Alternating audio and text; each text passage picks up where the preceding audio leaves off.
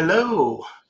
Welcome to the Steel Guys broadcast interview with JohnArmstrong Reibus International.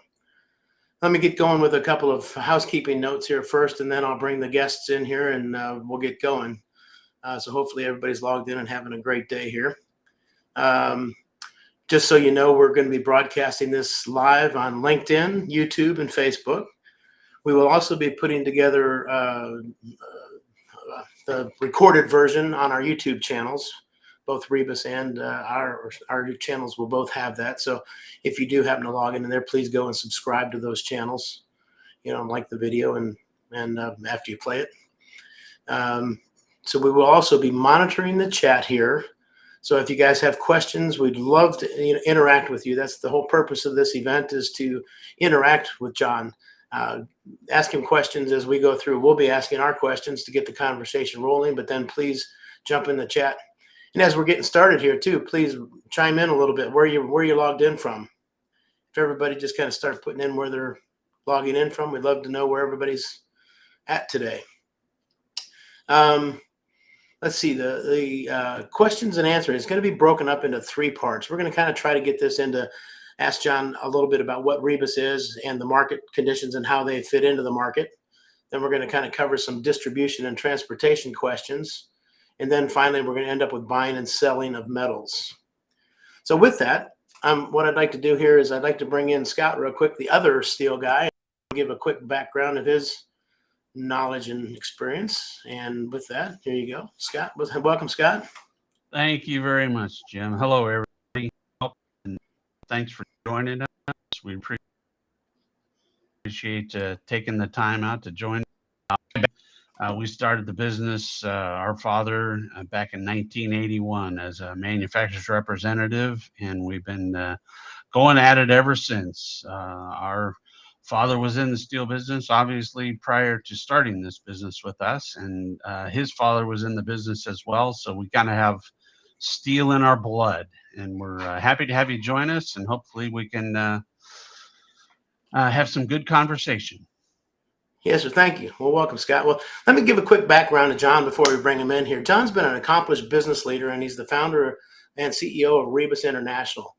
He's been recognized for his visionary leadership in transforming the metal industry through innovative solutions to address the ingrained supply chain challenges that are out there these days. Mr. Armstrong established Reibus in 2018 with 2 primary objectives. 1, to create a customer-centric company that fosters an exceptional work environment for employees. And 2, to provide distinctive solutions to long-standing issues within the metal industry. As an innovator, Mr. Armstrong is a strategist and problem solver. John is known for developing companies into category leaders by challenging the status quo. Before starting Reibus, Mr. Armstrong held several positions with global brands such as Sainsbury's, Saint-Gobain, and Omnimax.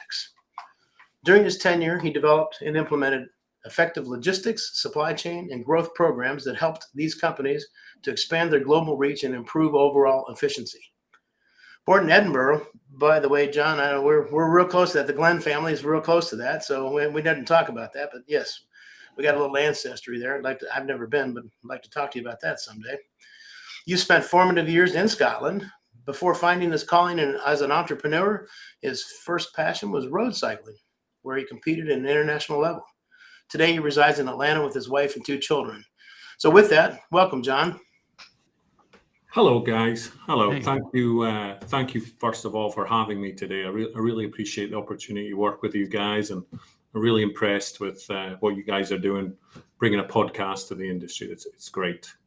Well, thanks for joining us. We appreciate it very much. Yeah, that's been our focus. One of the things is we're getting a little older here too. The business we've I'm sorry. I feel like giving back to the business because we're 3rd generation, and we all have daughters, and none of them have gotten into the business. So as we're starting to get a little older, we're trying to figure out how to give back to the business that's put roof over our heads and meals on our table for 100 years. So, and thank you for joining us here to talk about it a little bit here today. So let's get started, I guess. First of all, Reibus. We've been watching Reibus from the sidelines for a while, but I'm interested to hear a little bit about the background of it and what's going on. So if you could explain to us a little bit about Reibus's history and tell us a little about, so people who aren't familiar with the company will know a little bit more. Yeah, excellent. I'll start there. So look, Reibus is 5 years old. But the story of how Reibus came in existence really started maybe 10 years before that. So I've worked in supply chain businesses, building products, distribution for a long time, and I've been in the metals industry now 15 years. I think all your listeners now know I'm not from around here, right? Originally born in Scotland and spent a lot of my career in Europe. But the issues that Reibus deals with are prevalent around the world, right? They also work in Europe. So during that career, and particularly during my time in the steel and aluminum supply chain here in North America, I was constantly frustrated with the lack of data, lack of predictability. And basically, I was just always wrong with my forecasting, right? I would spend weeks, months, years planning out the next quarter, the next year, the next demand cycle. I had some really clever people helping me do that.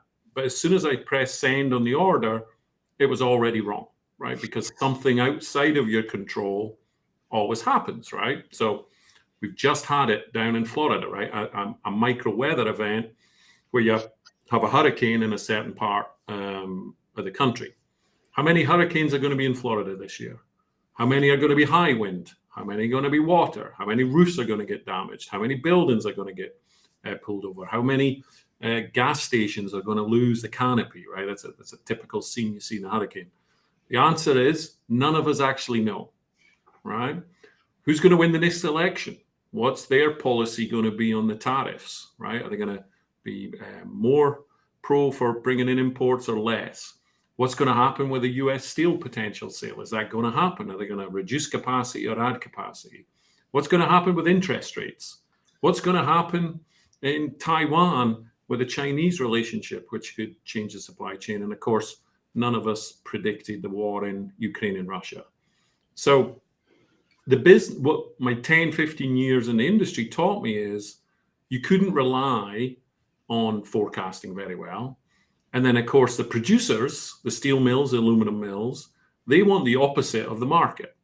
What consumers want is massive variability, just in time, and they want to be able to change their mind whenever they can.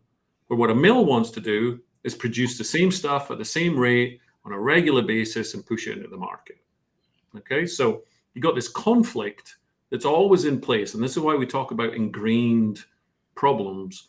As long as you've got mills, and they have to, it's not their fault, right? They've spent billions of dollars building these facilities, right? They've had to get acts of government to help them build the facilities. They have to get partnerships with energy groups to build these facilities. So they want to push on a steady basis, and it crashes into a volatile world, which means you're just always in a distressed state, stress in your supply chain. So everybody on this call, anybody who's been in the steel or metals industry for a while, has definitely had tough stuff turn up late, stuff turn up early, too much, too little, slightly off spec, a lot off spec, too much in their warehouse, not enough in their warehouse. Their customers changed their forecast, canceled the forecast, ordered the wrong thing. That's just this week. Right? That's just this week. So Reibus is born to help with that. By no means do we think we can solve all of those problems. That would be a bit too much. There's still variables. Yeah, right. There's all those variables. So we're trying to use technology and our network, right? The marketplace is a network to help each other smooth out all of those variables, right? So that's really at the core of where Reibus is. So we work with steel mills, aluminum mills, copper mills, domestically, North America, and overseas. We work with basically all the major service centers. I think we can count the top 50 service centers. Each one of them is a customer now. Many of the next 50 as well. A few OEMs that are mill direct buyers, right? A few of them. So that's our customer base, and we help them get material to market, find material they need in a short period of time, find alternative supply. figure out how to balance out their supply chain just a bit better, right? It's never going to be perfect, but we can help them do it a little bit better. Massage the inventories a little bit. So that's great. That's a great explanation of the company. Now, so in the market now, what are you kind of hearing in the market now? What kind of questions are you getting asked?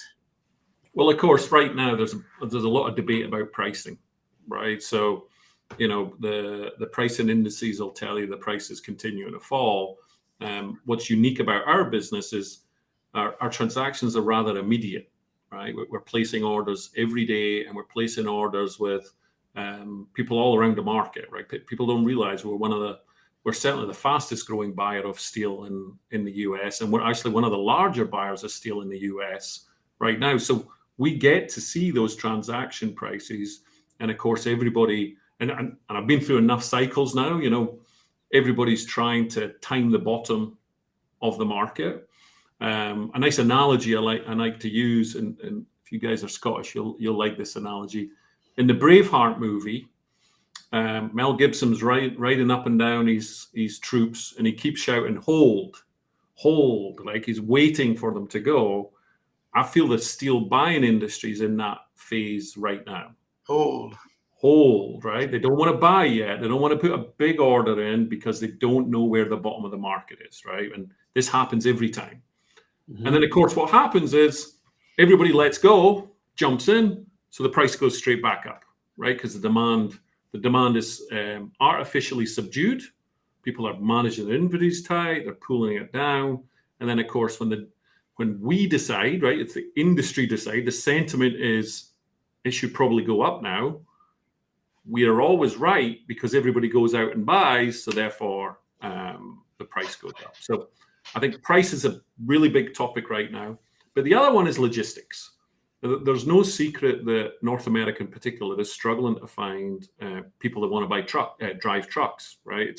It's no longer a cool job. It's not a job that people want so much, certainly the younger generation. So finding reliable logistics sources is a real challenge for folks. Does the truck turn up in time? Can you find a truck in the lead time that's required to ship your materials? So we have a lot of people talking to us about that. I think that's because we offer logistics to our customers, right? We will arrange logistics for our customers for steel they buy from us, or just the logistics they're doing independent of buying the steel from us. So we offer that kind of Uber style, Uber freight, Uber taxi type experience on the digital side for moving logistics. So right now I'm hearing a lot of concerns about the long-term viability of the logistics. I'm hearing a lot of conversation about where do you think the price is going to go in the market. And of course, I have an opinion, and everybody on the call will have an opinion. Just know we're all wrong, right? We're just wrong, right? It's just an opinion. We know. We'll be right for a minute, right? We'll be right for a minute, and then of course, wait a day, we'll be wrong again. What about autonomous vehicles? Is that going to be a solution long term, do you think? Or I do. I believe so, particularly on some of the shorter trips that, from steel mill to paint line or steel mill to processor, or stocking service center to large OEM, where they've got those set up consistent routes. I think it's a thing. And great start. And even, partially autonomous can actually attract more people to the industry, right? Because it's a really hard job driving a big truck, right? 8 hours a day, horrible traffic, weather conditions, like you have to concentrate. It's not an easy job. So I think making that easier by bringing technology to it will help attract it. But I actually think the longer term solution is having a more sustainable and connected supply chain, right? So an example I would give is, because of the nature of our platform, we'll buy in the same town. I'm here in Atlanta. It happens a lot. We'll buy on one side of Atlanta and ship to somebody on the other side of Atlanta, right? To competitors. Well, if we didn't exist, maybe they have to go to the port in Savannah, or maybe they have to order from the steel mill in Chicagoland, right? Granite City or something. So actually having a more liquid marketplace will actually reduce the burden on logistics because the material is more readily available in a more local supply. So, yeah, I don't think it's one solution. I think there's lots of solutions for the long term. But yeah, it is a concern. Another question I have is, as you were talking there, and I think I know the answer to this, but I want to ask it so that we know. You talked about transactional business. Reibus is transactional business. You're not doing futures, correct? You're not doing futures with mills. You're pretty much sticking with the transactional business. What's in stock to somebody else who needs it right now?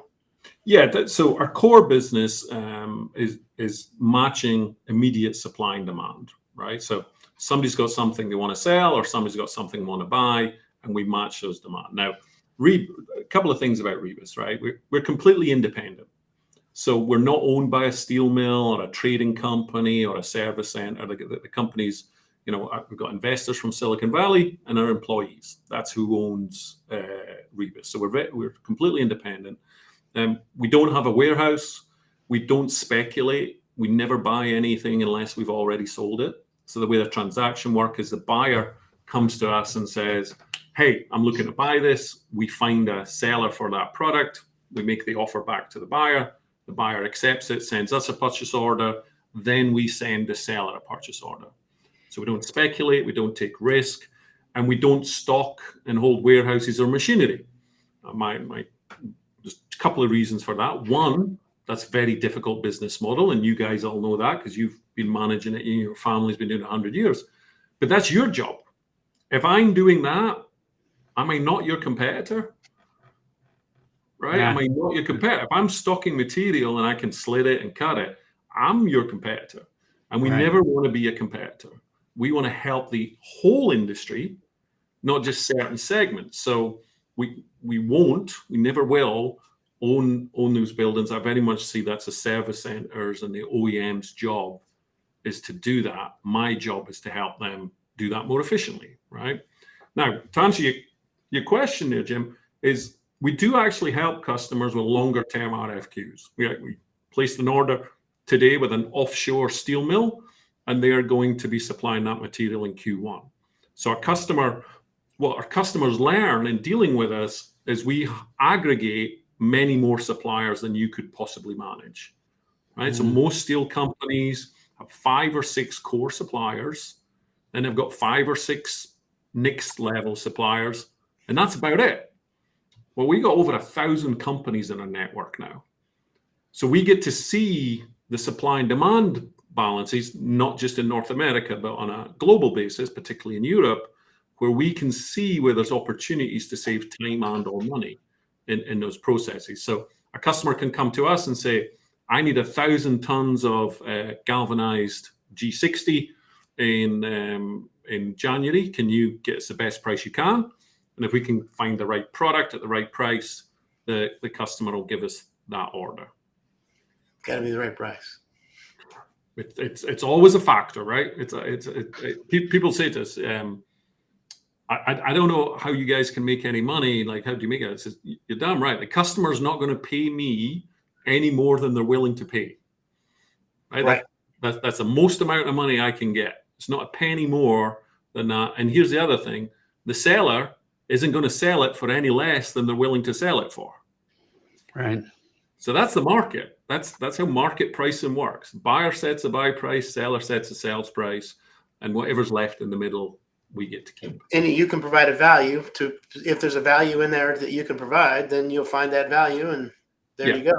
And that's how we make money. And again, because we, as a customer, if I was a customer of yours, I'm a customer that calls you every day and say, I want to buy your stuff.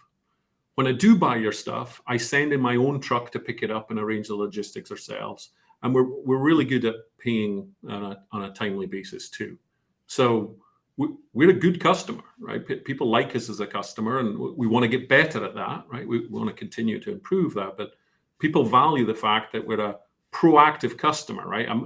If you're a sales guy selling to Reibus, you don't call us, we call you.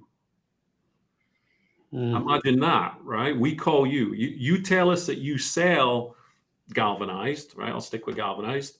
So we call you every day saying, I'm trying to buy your galvanized. I'm trying to buy your galvanized. You're not calling us saying, can you buy some galvanized? Can you buy some galvanized? So we're a pretty good customer. Good. All right. So one of the things you're talking about there with the transactional business from here to there, do you ever get involved in any complex metal fabrication projects? And are there any challenges that you can help people with there? Yeah. So where there's a challenge there. So again, we stay away from fabrication, right? We see that as our customers' jobs, etc. But where we can help there is sometimes that supply chain can be really complicated. Okay, so if you're running a large fabrication shop and you got a 500-ton project, you don't want that 500-ton of raw material turning up on Monday, right? It's going to swamp your warehouse. You're not going to be able to access the material. So where we can help is on the logistics side. So arranging a staged and planned and a scheduled logistics plan for you. We can release the material on a timed basis. We can store it in a third-party warehouse for you and allow you to call it off as required, right? So we tend to concentrate on the movement, the buying and selling. One example is we offer some of our customers on a transaction-by-transaction basis extended payment terms. So again, if you've got a more complicated manufacturing process or fabrication process, the cash conversion cycle can be longer, right? Because you have to buy the raw material, process it once, maybe have a secondary process, finish the fabrication of the product, sell it on to a retailer maybe, and then they'll pay you eventually. So we can work with our customers that are involved in those type of supply chains and offer longer payment terms to ease the burden of the cash flow on their business. Gotcha. So before we keep going, I'm going to keep going. This is very interesting. But maybe Olivia, if you can help out here, what's the best way for either a buyer or a seller to get a hold of Reibus to either buy or sell a product from you? What's the best way for somebody to get a hold of you on that? Maybe you can type that in there in the chat, Olivia, if you've got a. John, what's the best way? Look, the way we work and our marketplace is curated and managed. So what that means is we want to talk to the person before they're allowed on our marketplace. And it's interesting, right? Some people say, well, that's going to slow down adoption and it's going to slow down people using your platform. But it's actually about protecting the quality of the experience and also protecting the quality of the raw material. So you can't just turn up and say, hey, I've got some steels for sale, stick it on your site, right? That would be more like a Craigslist type experience where will it turn up? Won't it turn up? Is the quality valid? Is the supplier even valid? So when we onboard customers, we actually make sure we want their taxation documents. We want to see their all their credentials before we onboard them. So what we have is you come to our platform, you give us that information. We ask like 4 or 5 really basic questions: name, email, phone number, what part of the industry you're in. I think that's it. And then one of our team, our ISR team, they reach out and start onboarding the customer. So, and again, while it slows down customer adoption, it means, Jim, if you ever buy from us, we've vetted that customer that's supplying the material. You don't want to find out they're a bad supplier when you get your delivery, right? You want to make sure that we vet them. And look, we've, there was a guy in China for a while that kept coming to us. It was called ShinyShanghaiSteel.com. They're not on our platform, right? Or we've had some guys that continually try to pass off secondary material as prime. We've actually kicked them off the platform. They're banned. They're not allowed on the platform. Or we've had a large service center who always tells us they have inventory, but when it comes to ship it, they substitute or they don't have the inventory. We've kicked them off our platform. So our platform is curated, i.e. we get to decide what's on there and who's it, and it's managed as in if we've got bad behavior, that customer doesn't get to stay on the platform. Yeah, some good quality, and then you're better. You get It's quality assurance, right? Instead of claims, it's stopping the problem happening before it happens, right? So if you can't verify who you are, and I'll add to that, if you're selling as primer excess and you can't verify you can produce MTRs, we won't sell it as primer excess. Like, we're not going to take your word for it, right? You have to be able to prove that it is. So, as I say, I think my team get a little bit frustrated. It slows down the growth of the network, but I don't think it'd be a good thing if your first, second, third experience with us was buying some steel and it wasn't as described, or the vendor was, the steel came from Russia or something, and you're going to get in trouble for that because you're supplying it to a US military base. Like, none of us want to get involved in those type of problems. So that's why we slow down the onboarding process to assure the quality later. You'd certainly want to slow down the process in that fashion, as opposed to slowing down the process by submitting a whole bunch of claims to slow down the Exactly. process. And that's what makes it tough,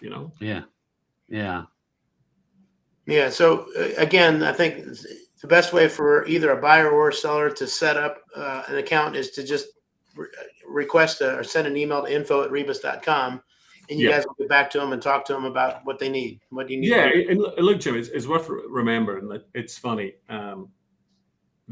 Every customer comes to us as either a buyer or a seller, and then almost every customer turns into both. Yes. Right? Because these supply chain challenges we're talking about, they're never on one side of the ledger, right? You guys are going to say no to a customer this month because you don't have it in stock right now. Yet at the same time, you've got material in your warehouse you wish you didn't have. That's a concurrent state in every stocking distributor in North America. So never an exception.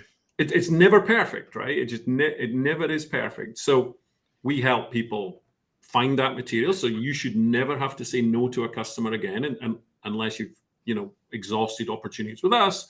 And at the same time, let's get that slow moving inventory out of your warehouse and turn it into cash so you can go buy some better. Because it was there for a reason. Somebody bought that and put it in stock, but they can't find the customer, but it's out there somewhere. So somebody else might have that customer. Somebody might have it, or it might be fungible, right? Some products can work in different use cases, etc. And while it might not be your customer, it might be your competitor wants that. So yeah, whatever your challenge is right now, come to us for that challenge. I promise you, if you work with us, you'll actually work with us on both sides. Both ways. Gotcha.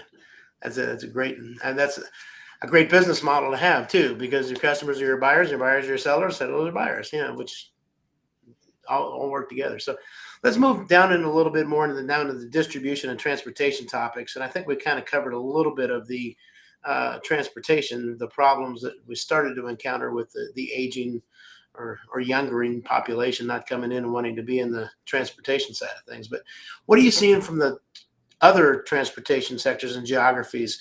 Containers, ocean shipping, not just trucks local, but maybe around the world. Well, look, funnily enough, the logistics industry is actually further ahead in the adoption of technology than the metals industry, right? There's been billions and billions of dollars invested into logistics technology over the last, say, it's almost 12 years now that's been going on, right? So whether it's a new TMS system, whether it's using GPS to track these trucks, whether it's digitizing the paperwork, right? Any of you ever been in one of those trucks on a ride along?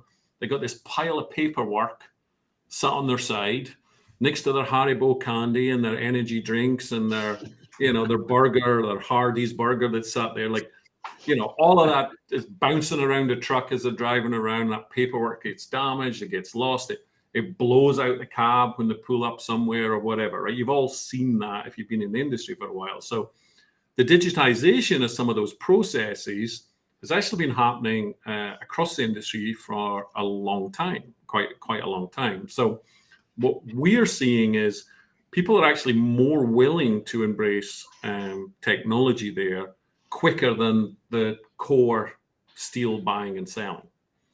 Okay, so and I think it's for two reasons. I think Uber or Lyft, right, whichever is your poison there. We've all used an Uber or a Lyft at some point, has taught people a higher level expectation of service, right? That you're going to get a notification when your car picks up, you're going to get it on your phone, etc. So I think the logistics technology is further ahead.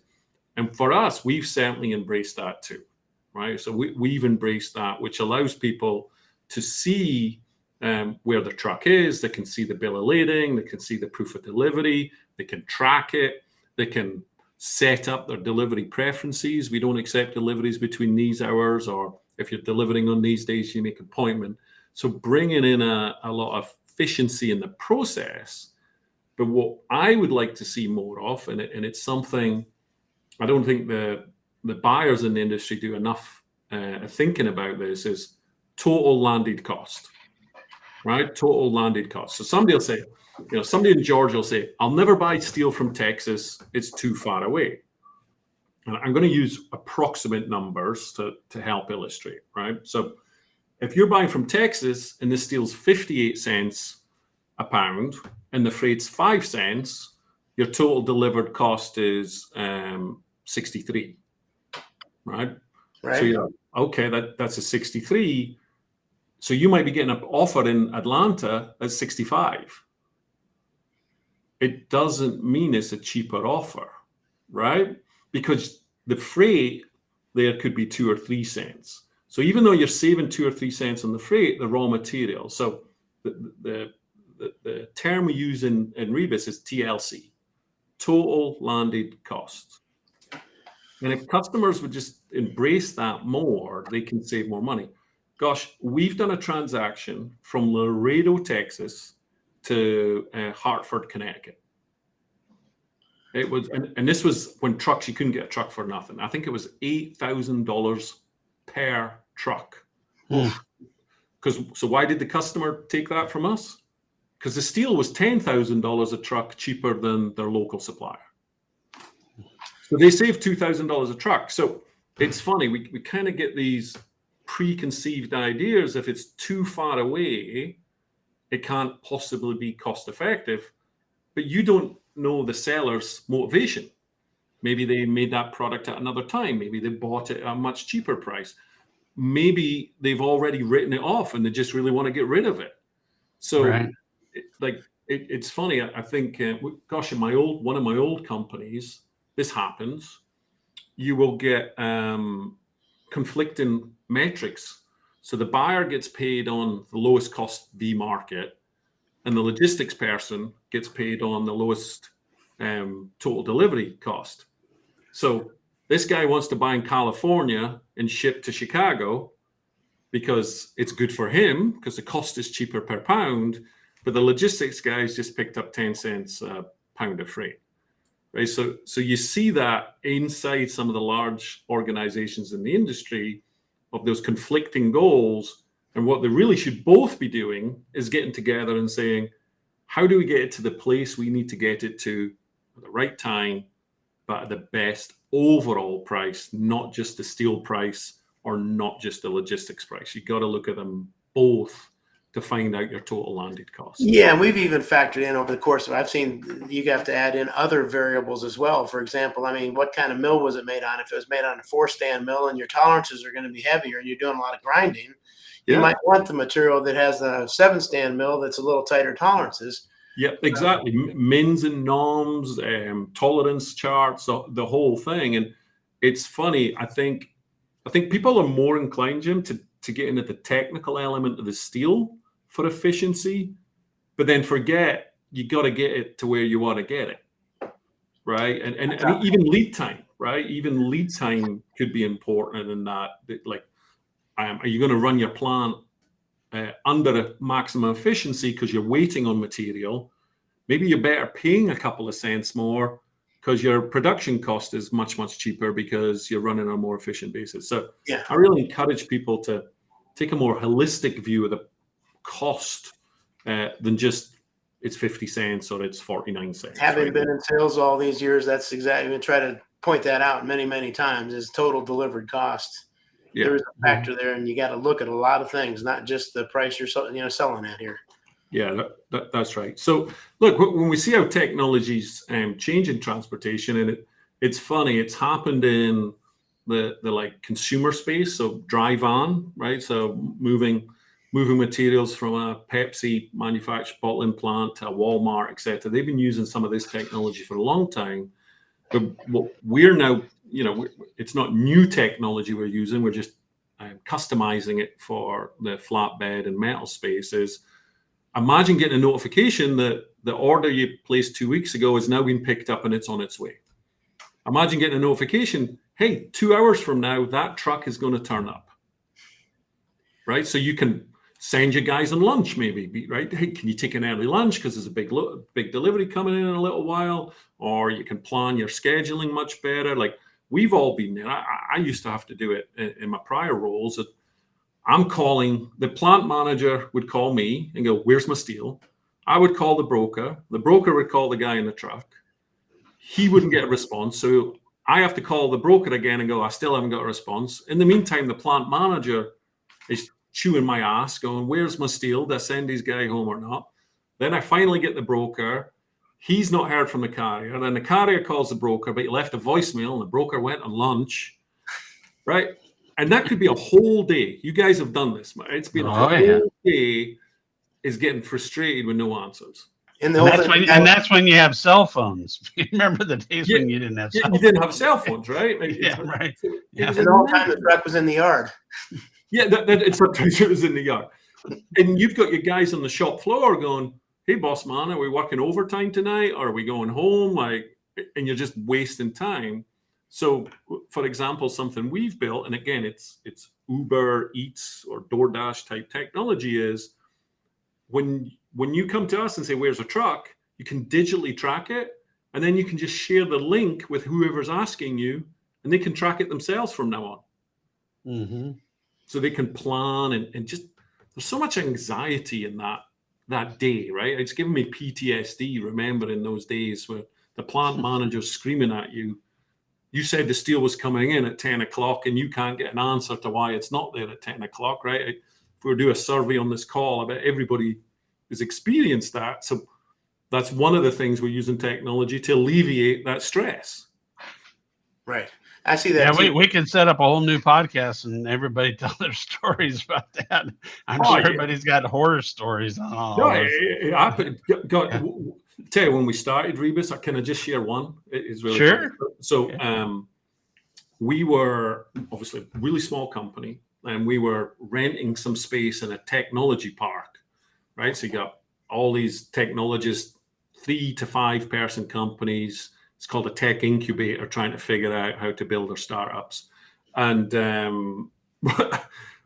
what happened is our company's address is on one piece of paperwork and the delivery address is on the other.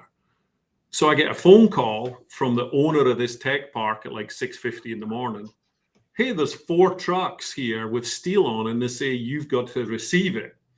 This is an office building, right? They're used to receiving like a box of Coca-Cola or something. And there's a guy out in the yard with like 180,000 pounds of steel. I think it was 4 master coils are turned up at exactly the wrong place, right? And that happens. And of course, we were like, hey, man, you should have, our office address is here, the delivery address is here. And like, when you turned up, did you not realize why would this office want these steel coils? Who's going to unload it? Like, we don't have a crane or a forklift or stuff. But yeah, you've all experienced that, you know. Hopefully it's in the same city. It wasn't. No, it wasn't. That was like, I think it came to Atlanta, and I think it was meant to be in Birmingham. So I think that cost us like $5,000. Nice. Oh boy. Yeah, it happens, right? Yeah. Then it's like, whose fault is it? Mm-hmm. Normally ours, of course. So we ended up getting it. Got it.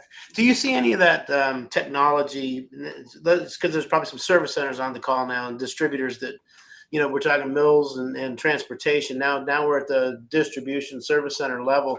Is there any of those technologies that have moved into that space that can help you or help the market? Yeah, absolutely. That has. As I say, I think the transportation logistics space has been investing in technology. I think I saw an article the other day. There's been over $35 billion invested into logistics services in the last 10 years. Wow. Right. So, a lot of people are used to their traditional relationships, right, with the partners they've had in the past. But yeah, there's lots of technology services. For example, in our technology, we partner with a company called Green Screens AI. It's really cool. They actually track the pricing in the market in a super accurate way, which allows us to give a freight quote online in a few seconds. It literally takes a couple of seconds, and we can hold that price for 10 days. And right? Is it domestic, 48, continental 48 states, or is it how? Right now, just here in North America. Okay. We will be expanding that to Europe later. There's different regulation challenges in Europe versus North America.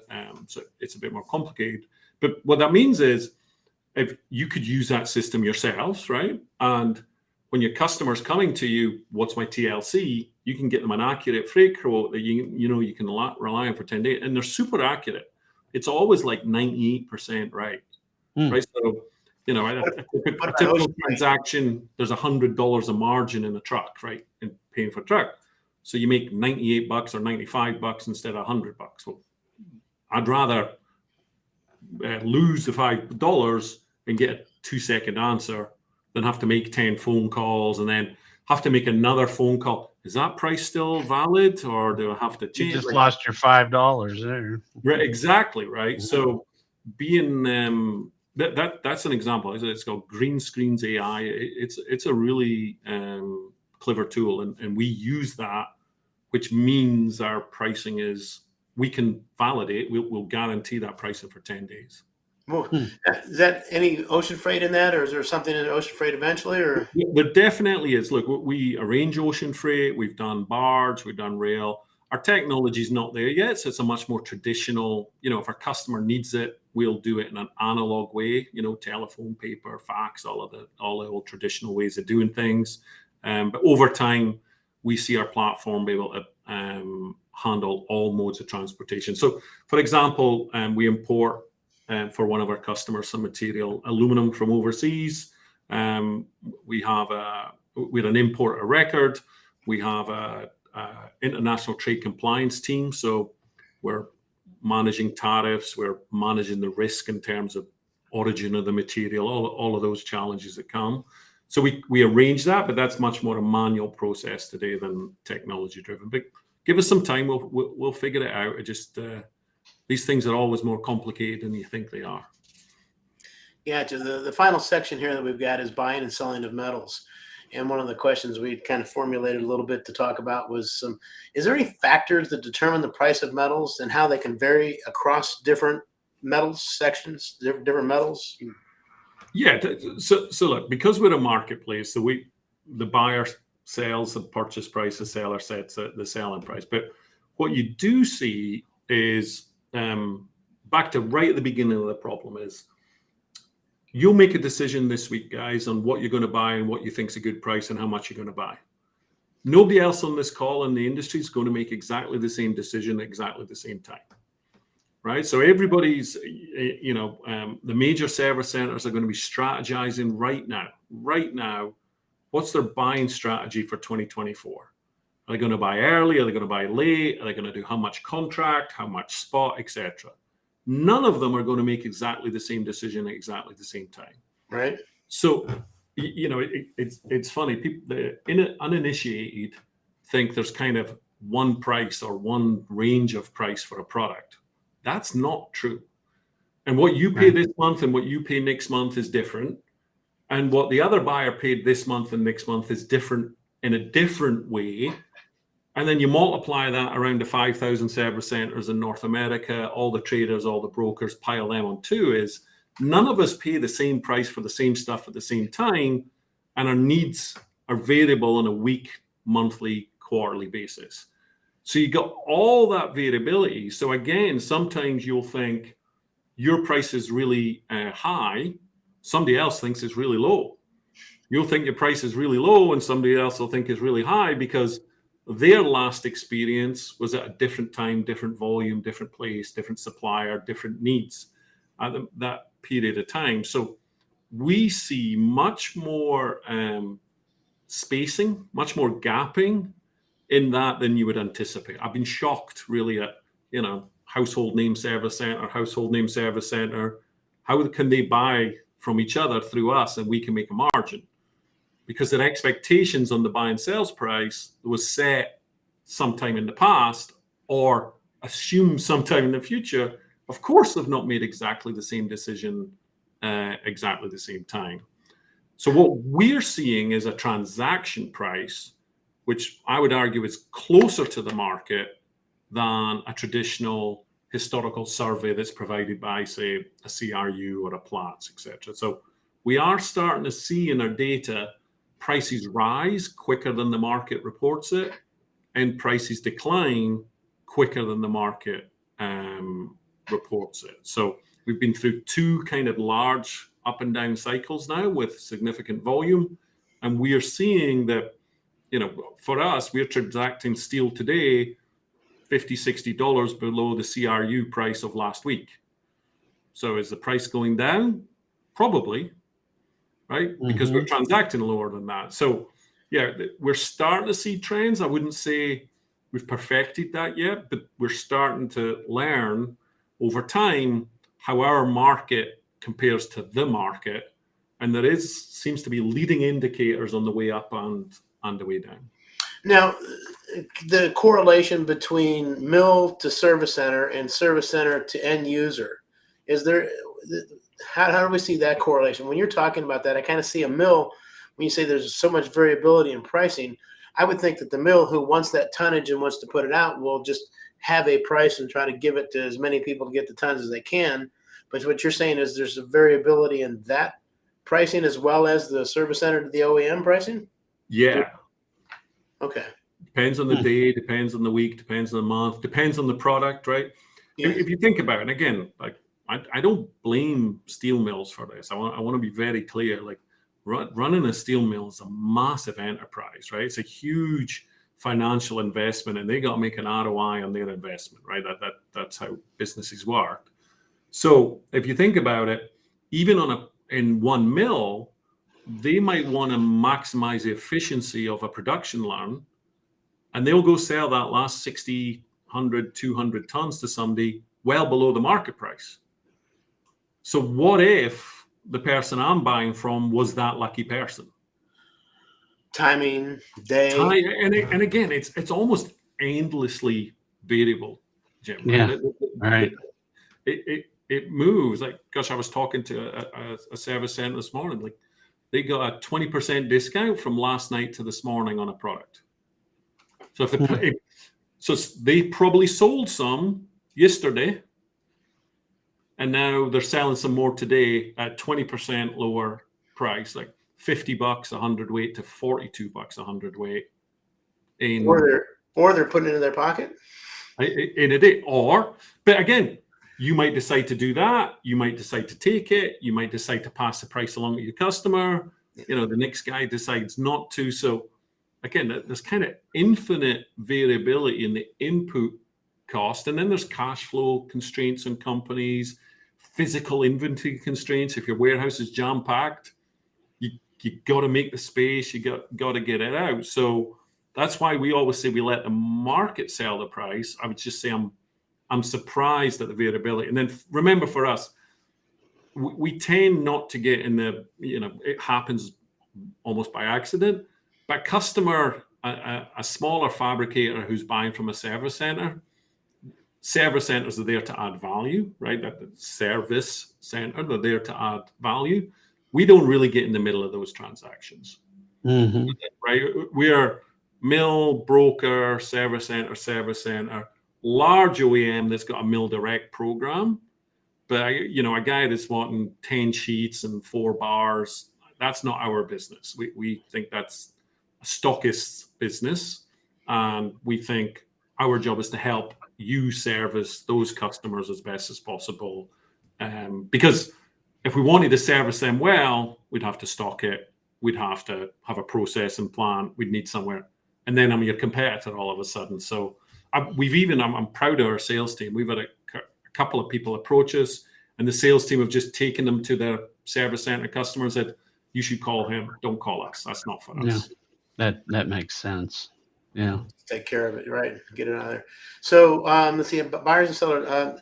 Is there anything out there that would cause the need for transparency in these types of transactions that would also require a little security and transparency?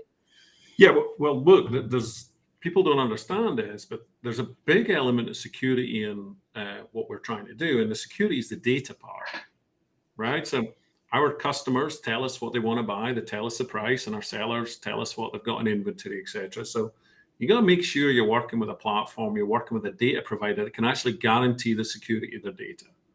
And look, I encourage service centers to build their own web shops, to build their own e-stores, but just think about the data that could be damaging to you or your customer that you're now putting online, right? And the liability that comes with that. Let's say you're providing an OEM with a finished product that's in the automotive industry, and somehow that specification gets in the public sphere, and it was a patent pending product that they were going to use in their next vehicle.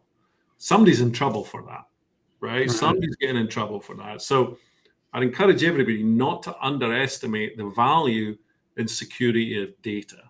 So one of the highest standards you can get in that is called SOC 2 compliance.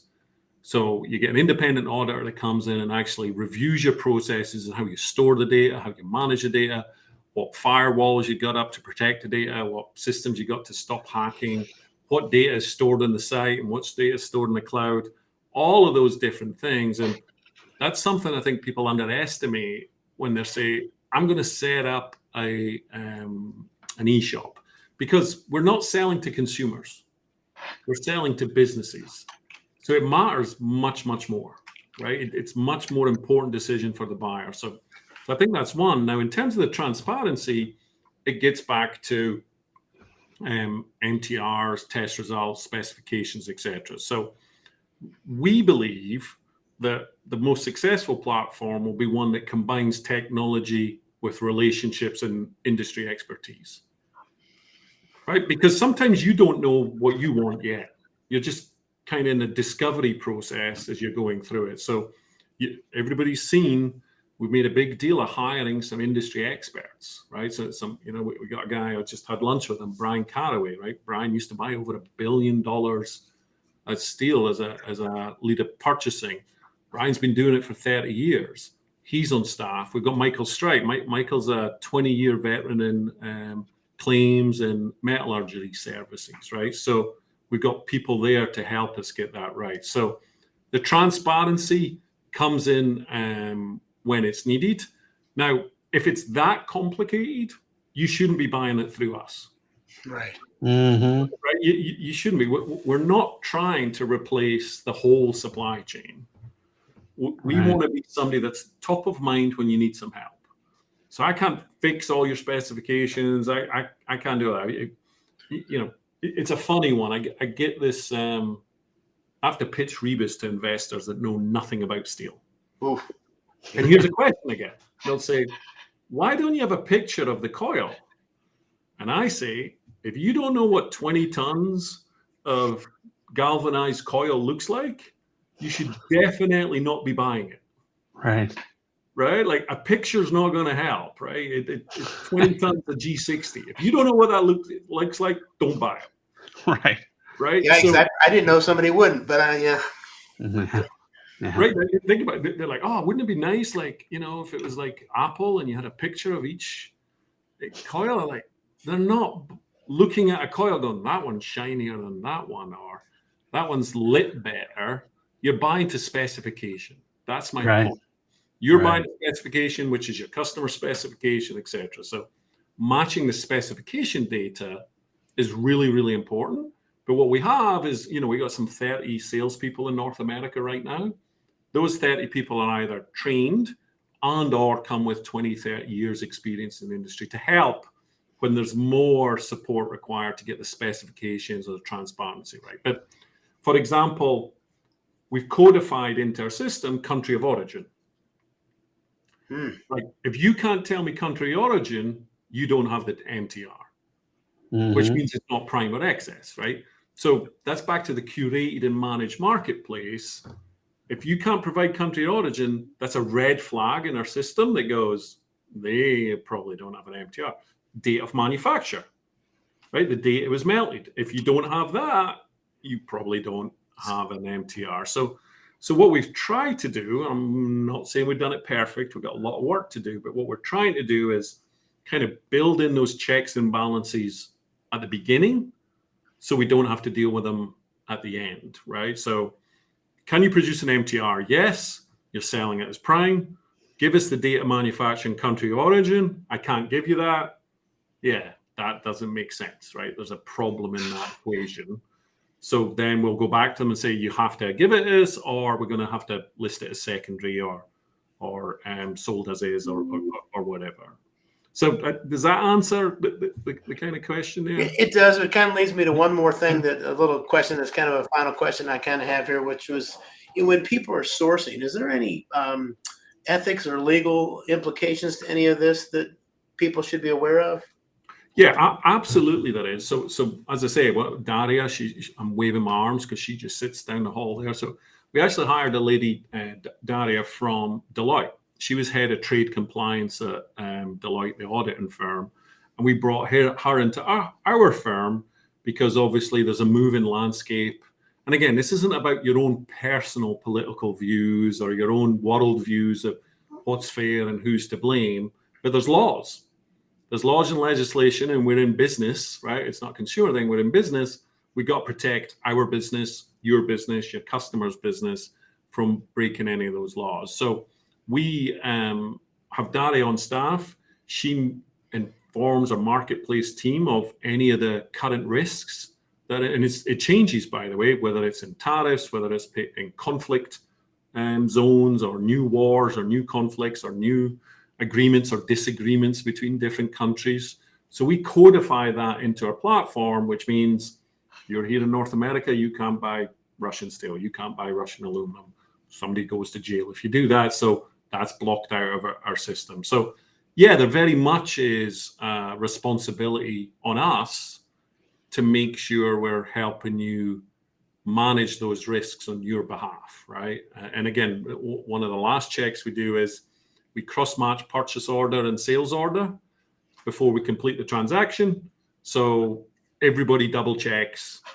If this is that, then this has to be this. And yeah, right. It has to, right? Yeah. Or something's wrong. So again, I'm pretty sure some of our customers wish it was quicker, but they don't want us sending them steel from Russia.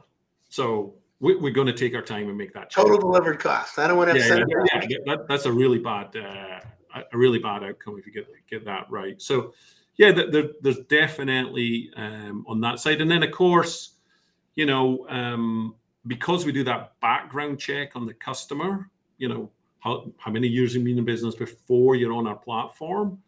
If anybody's been nefarious, a disgruntled employee somewhere, or maybe a business that's in financial trouble and shouldn't be doing what they're doing, we tend to catch all of those type of issues before they hit. But doesn't mean people don't try, right? It's just the way the world is, right? People see a crack, they'll try and find it, but we very purposefully try to manage that the best we can. And of course, we take responsibility for that, right? So even if somebody lies to us and we didn't catch it, that's on us. That's not your fault. That's on us. Like we've had people, since Reibus has started, we've had somebody try to falsify an MTR. You have or have not? Yeah. No, we have. But we caught it, right? We caught it before we sold it. But people are strange, man. They'll try stuff. Got to make the sale. How you know? John, I have a question for you. You mentioned that one of your biggest customer base is the metal service center industry, and do you have what is your product line that you carry? I know that flat rolled, just from my experience, carbon flat rolled, aluminum flat rolled. I mean, do you limit it to just flat rolled, or do you angle all the products? Yeah. What What is your product line? Thanks for asking that question. So look, the business started in coated flat rolled because that was my background, right? I used to buy galvanized and Galvalume, knew the suppliers, knew the players in the market. So the business was built around, by the way, some painted, right? Because I used to buy a lot of painted material. But look, over the last 5 years, I would say from a steel perspective, we're now in every single category. So we're in specialist bar. We're certainly into flat rolled structural beams. We're doing ferrous and non-ferrous materials, so stainless steel's in there, aluminum's in there, pipe is in there as well, oil and gas products are in there as well, all flat rolled, everything from 4-inch thick plate all the way through to a narrow gauge coated steel coil. So yeah, it certainly started around flat rolled. Okay. Now we service all markets, and then we've recently added copper and brass, red metals, stainless steel, and as I say, aluminum as well. So, and latest product we've actually added is recyclable products. Oh, so okay. actually buying scrap from our customers and us taking care of getting it to the scrap yard or the mill, that's been very lucrative for us, is getting it back to a mill so they can process it. So again, I'm sure if somebody goes on the site, they'll say, oh, you don't have this one grade. But yeah, we've got, I think, over 8,000 grades on the platform right now. Wow. Awesome. Different products. And it's a huge amount, a lot of credit has to go to our technology team, coding in all of those grades. And, it's funny, like there's 16 ways we found in North America that service centers say the word grade. 16 different ways. Yeah. How grade, yeah.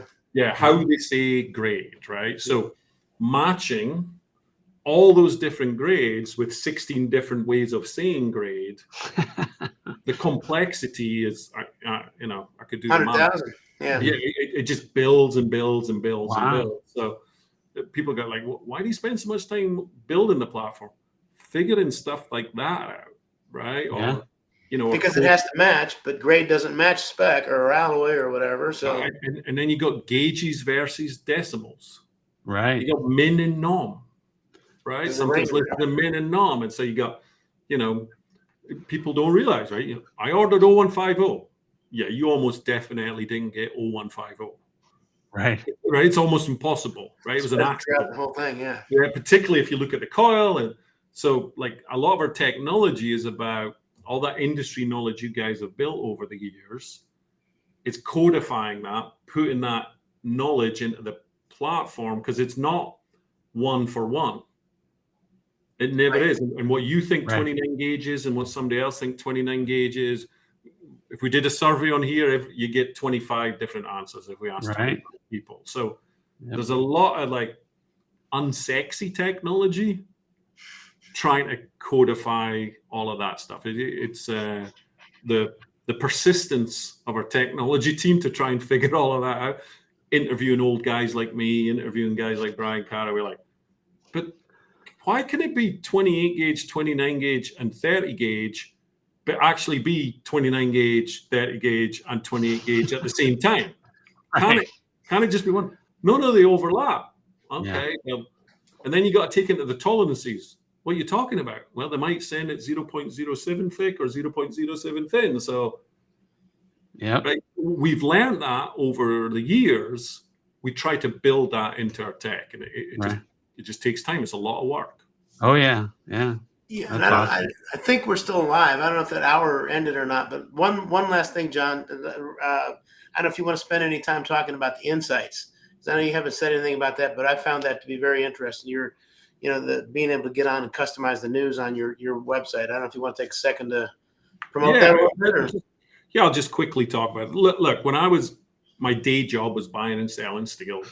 And aluminum, and a bit of copper, and a bit of stainless. And I was in the construction market and a little bit of the automotive market. How did I find out what was happening in the market, right? And the CEO would come down to my office and go, what's going to happen in the construction and steel market next year? Right? So you go dig out the crystal ball, you read 1 million different articles, you look at 15 different websites, and you make up a story, right? We've all had to do that. And I would always tell them, this is my opinion. It's not what's going to happen, right? That thing. But the data was always really verbose, right? 300-word article to say price will go up next week. Yes. Why doesn't it say just price will go up next week? So again, stealing from a more consumer space, whether you buy your own stocks and shares, or whether you follow the markets, or whether you consume your news on your phone, right? Flipboard, Apple News. We built a news page in Reibus, and it's free. It's free for absolutely everybody, called Insights, where not only can you see that information in much more digestible, bite-sized chunks, like the world likes to consume information these days, right? We got a short attention span. Yep, it's exactly that. And then at the same time, if you are a steel company that's dependent on the construction industry, you can filter and set your own dashboard that's construction-related information. So if you're in the construction industry, you might want the AIA billing index, right? The American Institute of Architects billing index. You might want the Case-Shilling new house index. You might want to see interest rates. You might want to see new permits for new home construction to give you an idea of what's going to happen in construction. But if you're in the oil and gas industry, care less about that. Yeah. You might want to build a dashboard that tells you, hey, number of live pumps that are in Texas right now, price of crude oil, the futures price of crude oil in the future, price of crude oil in a different market. So you can customize that data board and it's tiles, right? Like you see on your smartphone, tiles of information that are for what you want. Now, if you were in multiple markets, you can actually build multiple dashboards. If you say you're in automotive and construction, you could have an automotive dashboard, track General Motor stock price, new car registrations, stock of inventory, you can track that. And then your other dashboard is, the construction related. And how many dashboards can you do? For example, I'm a service center and I service all those markets. Can I do one for each? Yeah, you can. Yeah, okay. You can. I think we've got 8 categories set up. Okay. Let's see if that's enough. If not, I'm sure we'll figure out. Get those tech guys going again. Yeah, that's right. Yeah. All right. One last thing. How do we get hold of you again? It's just info@reibus.com. Yeah, that's right. And look, my team's really good on social media. Feel free to reach out through LinkedIn. We get that. But yeah, if you've got a genuine inquiry or interest or just want to learn more, come to info@Reibus, and then that goes to our team. The team sits downstairs and they'll reach out quickly, and we'll figure out if we can help you, right? That's our primary goal. Can we help? Sounds good. Well, this has been wonderful. I thank you very much for your time. It's been a great conversation. I appreciate you taking the time to do this. Yeah, no, guys. And look, credit to you guys, right? Like putting yourself out there, taking some risk, doing something new to try and communicate to the industry. We need more people like that in the industry. I think as we talked about offline, about attracting young talent to the industry, getting people to realize the industry is part of the whole world, right? No steel, no aluminum, no planes, no trains, no technology, no electricity, no air conditioning, no cell phone, no fridge, right, no right? laptops. So, people don't realize. No electric vehicle. Yeah, the world is screwed without us old guys trying to get the steel moving around the world, right? And so I think credit to you guys for putting yourselves out there and trying a different way to communicate with people. It takes Thank a you lot very of credit. much. Well, hopefully let's do this again sometime soon. We got to follow up it maybe someday soon. Yeah. I'm more than happy to come on, on another thing, or maybe we get a panel put together, whatever I can do to help. Sounds good. Thank you, sir. Sounds great. Everybody have a nice have a good Labor Day holiday weekend. All right.